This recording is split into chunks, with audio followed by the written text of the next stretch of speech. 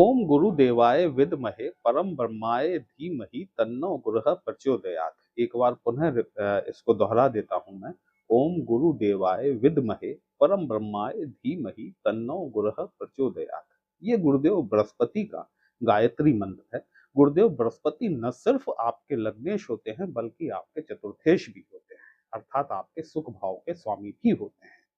2 जून 2026 के दिन गुरु बृहस्पति ने अपना राशि परिवर्तन कर लिया। यकीनन इस राशि परिवर्तन के लिए न सिर्फ हम और आप बल्कि पूरा वैश्विक पटल इस पर निगाह लगाकर बैठा हुआ था, क्योंकि 12 वर्ष बाद गुरुदेव बृहस्पति अपने उच्चत्व की राशि को प्राप्त करने जा रहे हैं। ये राशि परिवर्तन तो हो चुका।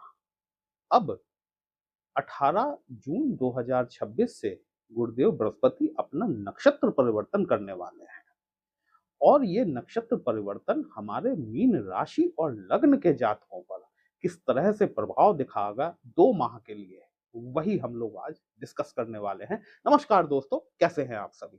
मैं आपका ज्योतिष मित्र श्लोक वर्मा आपके अपने चैनल श्री हनुमंत कृपा में आपका हार्दिक स्वागत करता हूं, अभिनंदन करता हूं। साथ ही अपने बड़े भैया श्री हनुमान जी से करवद्य निवेदन करता हूं कि अपने हनुमत कृपा परिवार के सभी सदस्यों को, नए जुड़ने वाले सभी सदस्यों को सुख समृद्धि प्रदान करें, उन्हें उनके कार्यों में आशातीत सफलता प्रदान करते हैं। दोस्तों, मेरे पीछे जो 12 का लिखा हुआ अंक आप देख रहे हैं, ये इस बात को दिखाता है कि या तो आपकी राशि मीन है या फिर आपकी लग्न मीन है।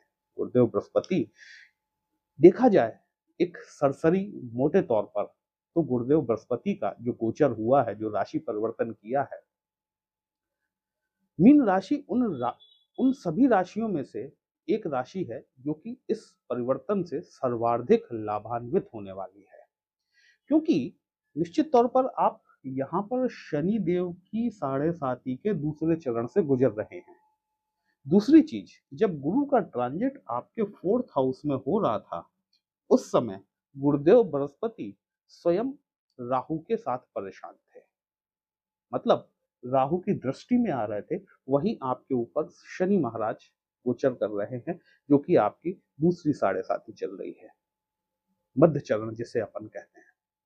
तो यहाँ पर 2 चीजों का फायदा आपको देखने के लिए मिलेगा। एक तो गुरु पंचम भाव में आ गए। पंचम भाव न सिर्फ आपकी एजुकेशन का, आपके संतानों का, गुरुदेव बृहस्पति को हम न सिर्फ संतान से जोड़कर देखते हैं बल्कि धन, वैभव, विद्या और संपत्ति, इन सभी के कारक तत्वों से जोड़कर गुरुदेव बृहस्पति को देखा जाता है। और पंचम भाव, ये जो है ना, ये पंचम भाव, ये बेसिकली हमारे इन्हीं सब चीजों का भाव है। इसको हम पूर्व जन्म में किए गए पुण्य कर्मों के रूप में भी देखते हैं। यदि आपके नेटल चार्ट में पंचम भाव में यदि कोई शुभ ग्रह आकर बैठा हुआ है, तो आप यकीन मान के चलिए कि आपने अपने पूर्व जन्म में कुछ ऐसे पुण्य कर्म किए हैं जब आपको इस जन्म में ये शुभ ग्रह आपके पंचम भाव में जाकर बैठा हुआ मिला है। खैर, ये तो मैं गुरु बृहस्पति के ट्रांजिट से रिलेटेड आपकी वीडियो लगभग 1 माह पहले दे चुका हूँ। मुझे नहीं पता कि आप लोगों को वो वीडियो मिली, क्योंकि यूट्यूब ने पिछले कुछ समय से इम्प्रेशंस भेजने लगभग बंद से कर दिए हैं। मुझे पता भी नहीं है कि ये वीडियो आप तक पहुंचेगी भी कि नहीं पहुंचेगी। 18 जून को गुरुदेव बृहस्पति जब अपना नक्षत्र परिवर्तन करेंगे तो ये शनि के नक्षत्र पुष्य नक्षत्र में गोचर करना शुरू करेंगे। पुष्य नक्षत्र जो है वो नक्षत्र राज के रूप में जाना जाता है, अर्थात नक्षत्रों का राजा के रूप में इसकी गणना की जाती है। तो पहली चीज तो ये है कि आपने ये सुना होगा कि हम कोई नया काम जब शुरू करने जा रहे होते हैं या फिर हम जब कोई स्थायी संपत्ति खरीदने जा रहे होते हैं, तब हमें आचार्य जी या पंडित जी ये सलाह देते हैं कि गुरु पुष्य या फिर रवि पुष्य के दिन आप इसको खरीदें। तो अब आप इससे गुरु पुष्य नक्षत्र की महत्ता का अनुमान लगा सकते हैं। और जब गुरु स्वयं ही पुष्य नक्षत्र में ही गोचर करेंगे तो फिर ये अपने आप में एक विलक्षण योग बनने जा रहा है। तो पहली बात तो ये कि गुरुदेव बृहस्पति राहु के चंगुल से मुक्त हो गए। दूसरे, यहाँ पर गुरुदेव बृहस्पति अपने राशि को नहीं देख पा रहे थे।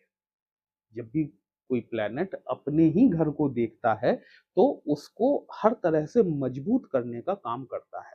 पंचम भाव में आने के पश्चात गुरु बृहस्पति की 9वीं दृष्टि जो कि भाग्य दृष्टि मानी जाती है, क्योंकि काल पुरुष की पत्रिका में जब यहाँ पे राशि 1 से शुरू होती है तो यहाँ पर 9 का अंक आता है, अर्थात भाग्य भाव के मालिक गुरुदेव होते हैं। तो जब गुरु बृहस्पति आपके पंचम भाव में बैठे हैं और नवम दृष्टि से जब ये शनिदेव को देखेंगे, तो शनिदेव अब चाह कर भी आपको साढ़े साथी के दुष्प्रभाव नहीं दे पाएंगे, क्योंकि गुरुदेव बृहस्पति अपने ही घर को मजबूत करने का काम करेंगे। खैर ये तो एक डिफरेंट चीज हो गई है ना। पुष्य नक्षत्र में गोचर के दौरान गुरुदेव बृहस्पति सिंह नवांश में, कन्या नवांश में, तुला नवांश में और वृश्चिक नवांश में, इन चारों नवांशों में गोचर करेंगे। ये गोचर जो है 18 जून से लेकर 18 अगस्त 2026 तक का रहने वाला है। गुरुदेव बृहस्पति अतिचारी स्थिति में है, ये आप सभी जानते हैं, इसलिए जल्दी जल्दी ये चीजों को कवर अप कर रहे हैं। इस समय विजेता वही होगा जो गुरु के साथ में अपनी स्पीड को मेंटेन करके चलेगा। आप यदि पिछड़ गए तो फिर आप छड़ते चले जाएंगे। ये जो 60 दिन का पीरियड है पुष्य नक्षत्र में गुरु के गोचर का, इसको आप 15-15 दिनों में डिवाइड कर सकते हैं, अपनी समझने में आपको आसानी होगी इसलिए। तो 18 जून से लेकर 3 जुलाई तक का फर्स्ट फेज रहेगा, जबकि गुरुदेव बृहस्पति सिंह नवांश में गोचर करेंगे। इस गोचर के दौरान यदि आप किसी पुराने कर्ज से जूझ रहे हैं या फिर कोई ऐसा केस जो कि पिछले कई सालों से लंबित चला आ रहा था, कोई ऐसा मुकदमा, कोई कोर्ट कचहरी का वाद विवाद जहां पर कि आप इन्वॉल्व थे या नहीं भी थे तो भी आपको जबरदस्ती उसमें पार्टी बना दिया गया, वहां से आपको निकालने का काम गुरुदेव बृहस्पति सिंह नवांश के अंतर्गत में करने वाले हैं।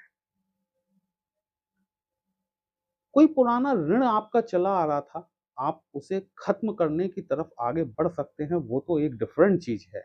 लेकिन यदि आप कोई नया ऋण लेना चाह रहे हैं और किन्हीं कारणोंवश आप वो ऋण नहीं ले पा रहे हैं, तो यहाँ पर गुरु बृहस्पति द्वारा आपको वो ऋण उपलब्ध कराने जाने में भी आपकी मदद बिल्कुल करेंगे। साथ ही साथ कोई पुराना रोग, वहां से आपको छुटकारा मिल सकता है। लेकिन इस दौरान आपको नए रोग पनपने से बचना होगा। नया रोग कैसा? नया रोग आपके लिवर से रिलेटेड, एब्डोमेन से रिलेटेड, किडनी से रिलेटेड, पैनक्रियास से रिलेटेड, यहाँ पे कुल मिलाकर यदि देखा जाए तो आपको अपने डाइट चार्ट को मेंटेन करने की आवश्यकता रहेगी इन 15 दिनों के दौरान। यदि आप ये अपना डाइट चार्ट मेंटेन कर लेते हैं तो सब कुछ गुडी गुडी रहने वाला है। 3 जुलाई से गुरु बृहस्पति कन्या नवांश में गोचर करेंगे। यदि आप स्वयं विवाह के इच्छुक हैं या फिर अपनी संतान के लिए वर वधू की तलाश में हैं, थोड़ा सा प्रयासों में तेजी लाइए, स्पीड अप कीजिए अपने प्रयासों को। इन कन्या नवांश में गोचर के दौरान गुरुदेव बृहस्पति कोई ना कोई आपके लिए मार्ग जरूर प्रशस्त करेंगे, जहां से आप अपने स्वयं के लिए या फिर अपने संतान के लिए वर या वधू का चयन कर सकें। यदि आप पॉलिटिकल क्षेत्रों से जुड़े हुए हैं तो 3 अगस्त से लेकर 18 अगस्त तक का जो फेज चलेगा बहुत बढ़िया रहने वाला है। इस फेज में आप जनमानस के साथ में कनेक्ट कर पाएंगे। पॉलिटिकल क्षेत्र में अपना करियर यदि स्थापित करना चाहते हैं, वो दौर एक ऐसा दौर रहेगा जहां पर कि आपको सफलता मिल सकती है। इन 15 दिनों के दौरान यदि आप अपनी मेहनत में थोड़ी सी बढ़ोतरी करते हैं तो आपको निश्चित लाभ मिल सकता है। तुला नवांश में गोचर के दौरान गुरु बृहस्पति अब देवगुरु और दैत्य गुरु दोनों का आपस में मिलन होगा, क्योंकि तुला जो है वो शुक्राचार्य के अंतर्गत आती है। लेकिन ये दोनों गुरु हैं, देवगुरु और दैत्य गुरु होने की बात अलग है, लेकिन दोनों ही गुरु हैं। यदि आप साधनाओं से जुड़े हुए हैं, अकल्ट साइंसेस से जुड़े हुए हैं, जैसे कि वास्तु हो गया, एस्ट्रोलॉजी हो गया, अन्य जो भी कुछ है, यदि आप रिसर्च स्कॉलर हैं, यदि आप उत्खनन से संबंधित काम करते हैं, कंप्यूटर की कोडिंग से रिलेटेड काम करते हैं, तो यहाँ पर आपको गुरु बृहस्पति निश्चित तौर पर लाभ दिलाने वाले हैं, यदि आप इन क्षेत्रों से जुड़े हुए क्षेत्रों में काम करते हैं तो।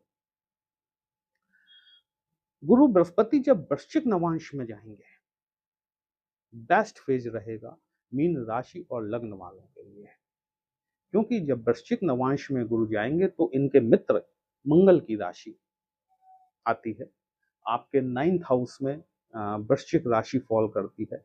भाग्य का सहयोग अचानक से बढ़ता हुआ महसूस होगा आपको।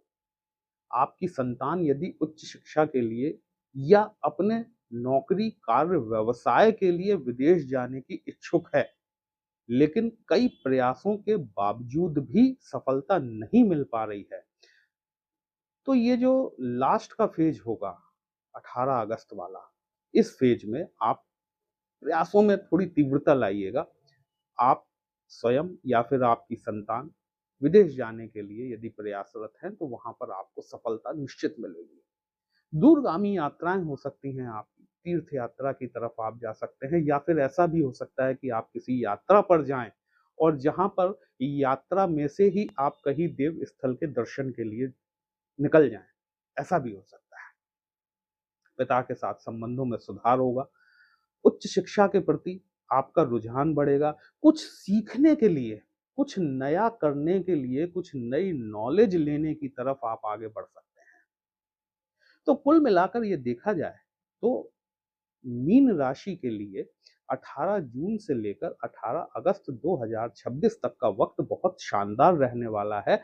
बात इतनी सी है कि आप इस वक्त को अपने गुरु के साथ उसी स्पीड में चलते हुए निकालते हैं या फिर बैठकर बर्बाद कर देते हैं।